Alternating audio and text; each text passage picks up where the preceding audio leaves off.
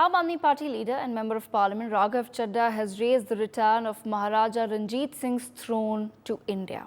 Raghav Chaddha has urged the centre to negotiate the return of Ranjit Singh's throne with the UK government in an effort to restore and incorporate the values of Punjab's greatest king, both in the history books and through physical displays of his unmatched wealth.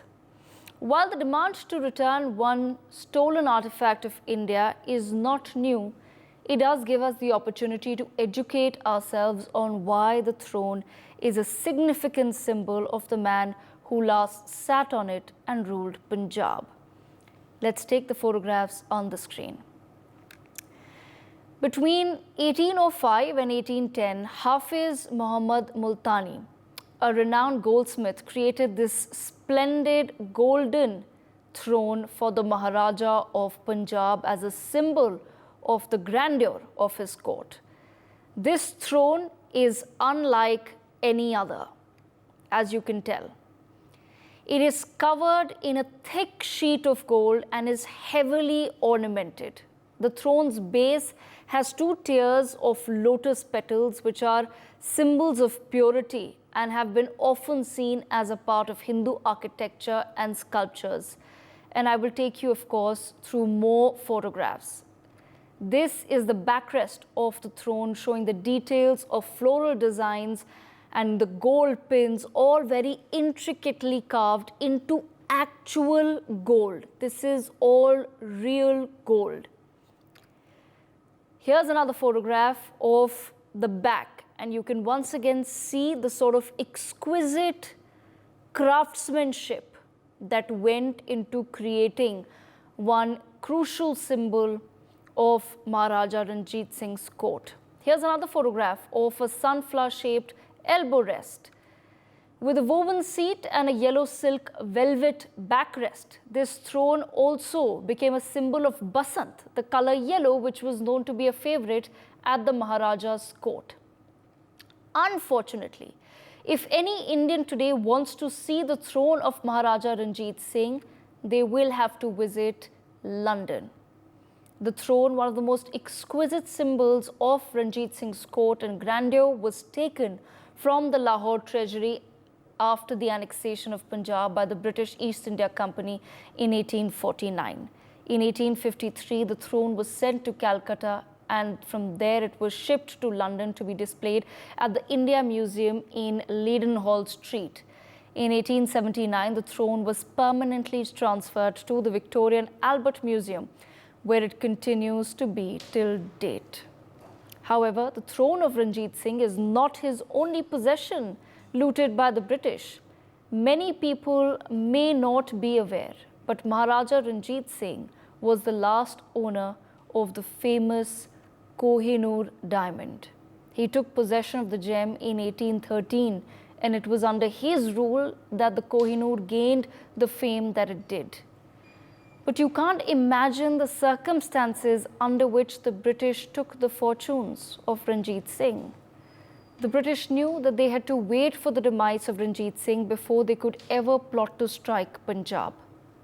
Maharaja Ranjit Singh passed away in 1839, and the next 4 years witnessed mayhem in Punjab as multiple successors of the Maharaja died in assassination plots and also in quote-unquote accidents. Eventually, in 1943, Ranjit Singh's youngest son, Dalip Singh, became king, and his mother, Jind Kaur, became Queen Regent. Dalip was only 5 years old when he ascended the throne. When he was 7, the First Anglo-Sikh War was fought against the British East India Company, which resulted in partial defeat. The Lahore Treaty was signed in 1846, where British Governor-General Lord Hardinge accepted Dalip Singh as the Maharaja. However, just few months later, Dalip Singh, who was just 7 years old, remember that, was stripped of the protection of his mother, the Queen Regent, who was sent to Sheikhpura and then to Banaras by the British. That's how afraid they were. In 1849, Punjab was eventually annexed by Lord Dalhousie after the Second Anglo-Sikh War. Dalip Singh was duped into signing away his kingdom and the wealth of Maharaja Ranjit Singh to the Governor General of India. Imagine at 11 years old and without the guardianship of his mother, Dalip Singh was tricked and duped by the British into signing a treaty he couldn't possibly comprehend. Despite the death of Maharaja Ranjit Singh, Punjab's greatest ruler, the British were so afraid of his legacy that Dalip Singh's mother was eventually sent into exile, and the child king was taken under British guardianship and converted to Christianity, a move to weaken his connect with the people of Punjab. So afraid were the British of the legacy of Maharaja Ranjit Singh and the ability of his people to unite against the British that eventually Dalip Singh, the only living heir to the golden throne of Punjab, was sent to England at the age of 15. The golden throne of the Lion of Punjab, Maharaja Ranjit Singh, was shipped to England soon after. To many people, they must be wondering what really is so special about a throne. Why must we fight to get it back? The truth is that in some of these physical objects continues the legacy of some of the greatest rulers that India has witnessed in the past centuries. Let's quickly first listen in to what is it that Raghav Chaddha has said on the matter, and then we take this conversation forward with our guests. आम आदमी party के सांसद राघव चड्ढा हैं, जिन्होंने राज्यसभा में महाराजा रंजीत सिंह के सिंहासन को लेकर के सवाल उठाया है। हम बात करते हैं। राघव, आपने क्या मांग की? कि मेरी बस एक छोटी सी गुजारिश थी सरकार से कि महाराजा रंजीत सिंह जी का शासन, जिसके बारे में आज तक पीढ़ियों दर पीढ़ियाँ पढ़ाया जाता है, सिखाया जाता है, उनका वो शासन और उनकी वो जो एक स्टेचर था, उसको सरकार उसका संज्ञान लेते हुए उनकी सीख बच्चों को किताबों में, टेक्स्ट बुक्स में डालकर पढ़ाए स्कूलों में, और साथ ही साथ उनका जो सिंहासन था जो लंदन के विक्टोरिया एल्बर्ट म्यूज़ियम में पड़ा हुआ है, उसे कूटनीति का प्रयोग कर कर इंग्लैंड से वापस लाना चाहिए, भारत में उसे विराजमान करना चाहिए और लोगों को उसके दर्शन करने का मौका मिले, क्योंकि उससे एक प्रेरणा भी मिलती है। बिल्कुल, महाराजा रंजीत सिंह जी का जो जीवन था, जो शासन था, वो अपने आप में एक बहुत बड़ा प्रेरणा स्रोत है। वो एक शूरवीर तो थे ही, एक दिग्गज तो थे ही, पर साथ ही साथ उनके जो शासनकाल था उसमें समानता, प्यार, भाईचारा, ईमानदारी, ये सारी चीज़ें समाज में बांटी गई थी। किसी के साथ भेदभाव नहीं होता था, किसी के साथ अन्याय नहीं होता था, इसीलिए उनको BBC वर्ल्ड हिस्ट्री ने भी greatest leader of all times का खिताब दिया था। चलिए, धन्यवाद। Manohar Kesari, India news, Delhi. So there you heard it, the demand that has been raised in the parliament. But I take this conversation forward. With me, I have Hindol Singh Gupta. We also have with us Kuldeep Shekhawat, Surinder Singh Lali, and Tarun Gulati. Let me begin with Hindol. Hindol, once again, a demand has been raised in the parliament. What is it that perhaps India needs to do at this point in time? And also, why do you think we must continue to fight for the return of some key artifacts that were stolen from India? Like I said, to many people, this would just be another throne, another Indian artifact that's lying in one of England's museums, that's populating one of England's museums. But why is it important for us to not give up on this fight? Two things which need to be understood. There is a wider conversation about getting colonial artifacts or artifacts that were stolen or taken by force from colonial countries to colonial master countries, so to speak, and those have to come back. The Elgin marbles for Greece and all kinds of things, the Kohinoor for India and so on and so forth. That's a wider framework. But in this particular case, you must understand that this has a deeper, more immediate security concern. Why should we bring Maharaja Ranjit Singh's throne back? Because it will once again showcase how flawed this entire thuggish terrorist Khalistan movement is, which does not, even till today, showcase in its propaganda and its maps the capital of Maharaja Ranjit Singh's kingdom, which was Lahore.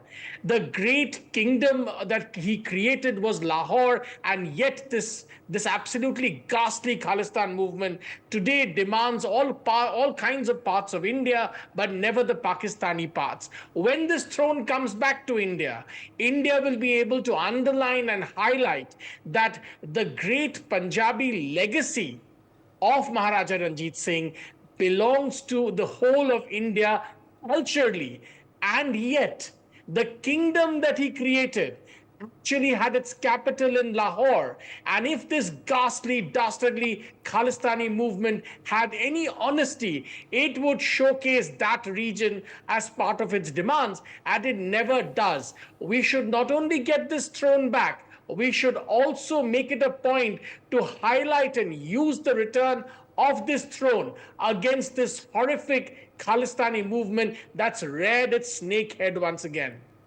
Okay, all right. Bringing in Surinder Singh Lali as well. Surinder Singh Lali, as I mentioned, that a lot of people, like I said, would probably think that this is just a throne and bringing back a throne would not make much of a difference. What is it that we need to do to come out of this psyche that we have about certain artifacts that were stolen? Because it wasn't just that the British wanted to take them away because they wanted some of the finer things of the world in their own possession, but it is also a systemic and a very calculated destruction of a person's legacy at the end of the day. These physical objects, the absence of them, also result in our memories then fading about the sort of rule that Punjab witnessed under Ranjit Singh.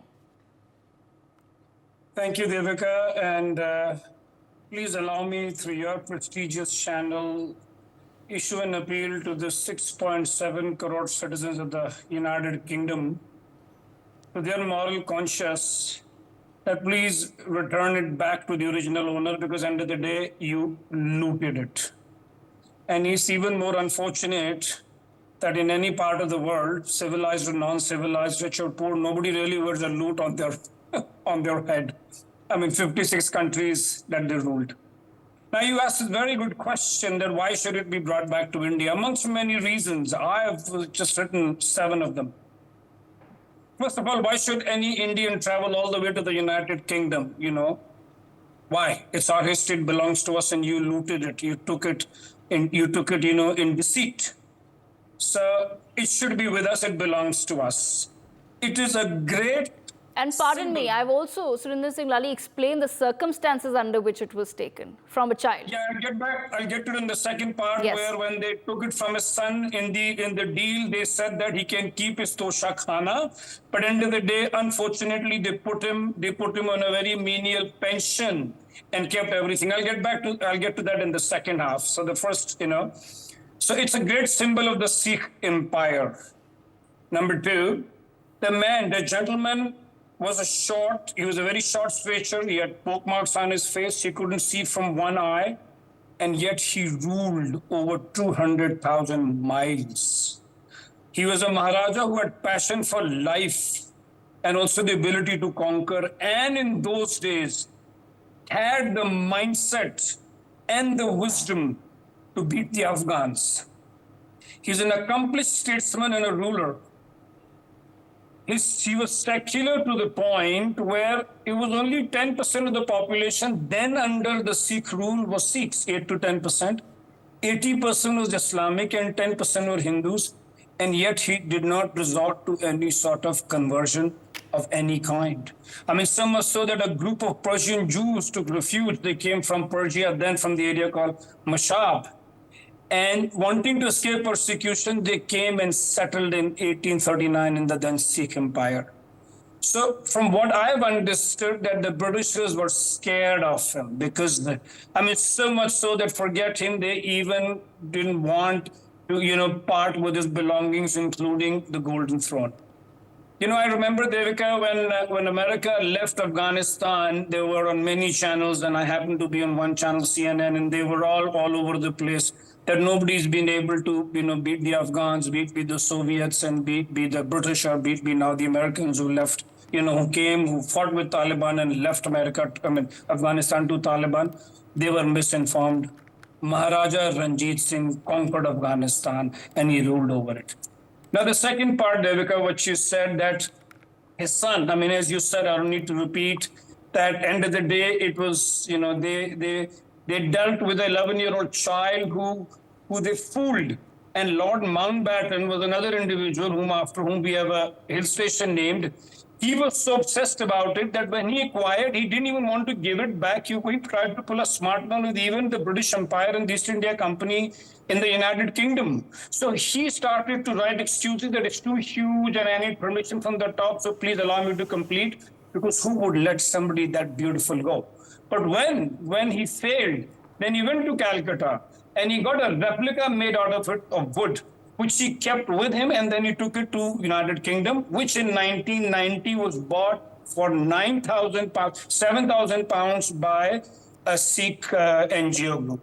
So you are right that they have been absolutely insecure and scared, and even now, imagine the value of what that big piece of gold symbolizes, that there can still be a narrative created around it, even after that gentleman, Maharaja Ranjit Singh, has been gone for so long. Thank you, Devika. Right, absolutely. Let me bring in Tarun Gulati into the conversation as well. Mr. Gulati, do you agree with somewhere in the assessment that was also made by Hindol that it's not just crucial for our for the history books to, of course, be revised and be understood from the perspective of what a great ruler Ranjit Singh was, but also to counter the Khalistani movement? Thank you for giving me the opportunity to speak with you today. I think Maharaja Ranjit Singh Ji was indeed somebody, history has probably never seen a valiant soldier like him, a leader, somebody who brought cultures together, brought communities together.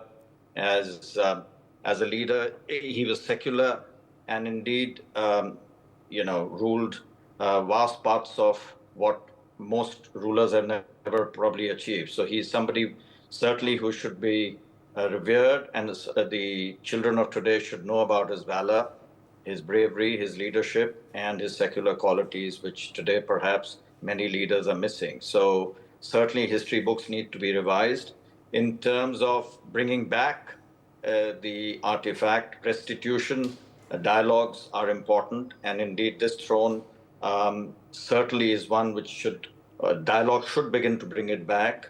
I'm sure amicable ways through the British Art Council, and indeed there is precedence. The Benin bronzes have been returned by a museum, and dialogues are ongoing for the Elgin marbles back to Greece. So, and there are several others, but this one holds particular significance, and we must start the dialogue today to ensure somebody of Maharaja Ranjit Singh's stature is given due importance. And indeed, whilst we must laud the British today to sort of showcase it as heritage, but indeed it would do more justice if it was sitting somewhere in a museum protected by us in India. Right, absolutely. Kuldeep Shekhawat, bringing into the conversation as well. I just want to understand from you, there have been, of course, demands to return the throne that have been made in the past as well, but the museum continues to refuse the same. What reasons exactly are given, or is no reason in fact required? A country can raise a demand, but the museum can just say no without giving any proper reason as to why it doesn't want to return a specific artifact. Thank you, Devika. The reason you asked me, the reason for not complying to the Indian demand, it's quite simple. British are not happy to give it back. Now, why they are not happy to give it back? Because there has been no ample pressure put on them. And India has erred in not putting pressure. I'll be happy to say that there are 13 members of parliament that has come from Punjab. Originally, they are from Punjabi origin, and they are members of parliament in British parliament. Now, with them in the parliament, the pressure can be brought on and the new Labour government which has just come in can work together with India. See, Foreign Secretary Lammy was in India. People should have gone to him asking this. They haven't gone. So there is not ample pressure put on the British system and the society and the government and the museum itself. Why will they return? They think if we return this, then we'll have to return that. We return this, then we'll have to return tomorrow. We'll ask for the Kohinoor as well. So British government will resist. It's their way of dealing with things. Instead of doing that, the Indian authorities, including these members of Parliament of Indian origin, which are sitting in British Parliament, should be called upon, should be pressurized upon, should be asked to do this, that this particular throne, which belongs to Punjab, the great Maharaja, who was a symbol of unity of Punjab and India. He was the one. If you look at that particular throne, it was in the form of a lotus. So it was a particular throne which has got a very symbolic value of Hindu and Sikh unity. But nobody is talking about all that. None from the Indian government side and also from the British government side, including our MPs. So my whole idea is that the pressure has not been applied on the British government. Enough pressure should have been applied. Then things will move. They have written quite a few things to us back. So why not this? Okay. But needs to be pressure. Yes, Hindol, bringing you back into the conversation, why do you think that then enough pressure is not being created as far as this matter is concerned? And also, do you feel that somewhere it could once again become a victim of politics in India because the issue has been raised this time around by the Aadmi party, so certain other parties would not want to back it, or the centre would say that, okay, we don't really want to get into it, because like I said, ultimately most issues end up just becoming a victim of politics in our country without anybody really giving a thought to the larger picture. I mean, these are complicated issues. A lot of these things happen, and behind the scenes negotiations. What is being given and what is being given in return, so to speak, between governments is something that only governments and only people doing those negotiations understand. Sometimes from the outside, it's not always clear why some things cannot be done immediately. These are all very protracted negotiations. As the world order changes, I think more and more, compared to 10 years ago, you see far more of these treasures being returned, not just to India, but to many post-colonial countries. Now, this has happened because the world order is changing, because times are changing, because the way power was structured in the world is changing, and of course diplomatic efforts are bearing fruit. Now none of this is can ever be an immediate goal.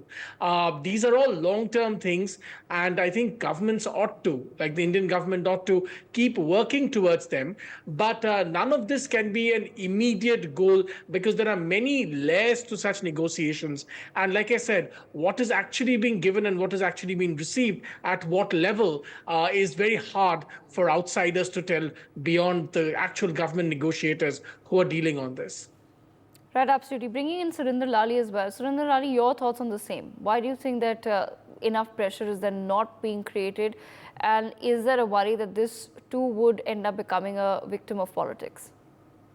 You see, end of the day, politicians will do politics on it, but I agree with my previous panelists that a lot of things are not as simple as, going and buying something from the hypermarket, because it's a lot more complication. It might open the Pandora's box for even the United Kingdom, because given that they've ruled over 56 countries, I mean, I don't think they'll be left with any of the wealth back and a moral conscience. Because you see, one more thing which I have realized through my trips to the United Kingdom and all those countries where, they have ruled, France for that matter, or Spain, they have in a very systematic manner not at all allowed their generations, in at least the last two generations, to know the havoc about their colonial dreadful past. I mean, how many English do you think know about what the British did and just left India only 70 some years ago? So I think because there are so many skeletons in the closet, and they could set up a precedent, which I don't agree to, but they could set up a precedent, then every day there will be some other demand coming, and they would be, because, and number two is, especially in England, it's a big industry. I mean, people just travel to England to get a picture taken outside the palace, and next to that Queen's Guard and a horse. So for them, it's a lot of source to earn their revenue too. But I feel it's only a matter of time because the way we are getting stronger, and today it's all about economic power. So, once we get more economically, which we are in the process, I mean, our economy is already bigger than them. I'm sure we'll do. But before you let me go, I'm just going to tell you what the coming generations need to know. I mean, Maharaja Ranjit Singh was known by number one, Maharaja of Punjab, number two, Maharaja of Lahore, number three, Sher-e Punjab, which means Lion of Punjab, number four, Sher-e Hind, Lion of India, number five, Sarkar-e-Waliha, which means the head of the government, Sarkar-e-Khalsa Ji, respected head of the Khalsa, Lord of Five Rivers, and Singh Sahab. So imagine the legacy that he has left, and while we have every reason to ask them back for it, they might feel the contrary and might have every reason to, sort of push us away. Because the other problem is, as you rightly said, that the K narrative, I don't even want to dignify these fringe rogues in America and London, who these Western economies nourish under the bogey of free speech, only to create a tool to negotiate with India. So that itself could be a reason for them to sweep all of this under the carpet, because they use these Johnnies in these Western countries to create a negative narrative against India and then to pressurize us for not becoming an ally but becoming a strategic partner. Thank you, Devika. All right, I leave the last word with Kuldeep Shekhawat. Kuldeep Shekhawat, what are your thoughts as well on the entire aspect of the Khalistani narrative and countering the Khalistani narrative? Do you feel that restoring the legacy of some of the great rulers of Punjab is in fact crucial towards countering that narrative? See, Punjab is a jewel in India's crown. It's a state which has given Indian Army n number of soldiers who fought for the country. But there are a small, minuscule amount of people outside India who has a different idea about making a Khalistan. I don't think so that's going to work in a longer run, but yes, they are creating trouble. And unfortunately, the British establishment is not doing enough to stop them. Likewise in Germany, likewise in Canada, these establishments are not supporting the India cause. That is why there is a problem of Khalistani movement coming up in UK, coming up in Germany, coming up in little bit of it is in France. This is going to harm India in the long run. So government of India on its own should be looking at it very seriously while negotiating with British government, that these kind of fringe elements who are anti-India and they are not looking at a country. Khalistan can never be a country in any part of the world, whatever. I was recently speaking on another TV channel in UK, and they asked me the same question, and I told them very clearly why the British government doesn't allow Khalistan to be made in UK then. But that doesn't happen, because the whole idea is to put pressure on India that, okay, you have an element, you have people who are not happy with you. So this is a diplomatic way of dealing with things by these Western diplomacies, Western countries. They won't put pressure on India. They just want to be giving a situation to India that all is not well on your front. It's it. Nothing great is going to happen about Khalistan. Khalistan is not going to happen. I'm telling you, even today and even in 10 years' time, we'll be speaking on the same subject, because there is no element nobody wants. There was a very simple question asked to one very Khalistani senior leader that, okay, if we give you Khalistan, will you change your passport? He had no reply. He said, dekhange. What do you mean by dekhange? Right. Would you leave your British passport? No, they will not. For more such videos, subscribe to the NewsX YouTube channel, hit the bell icon.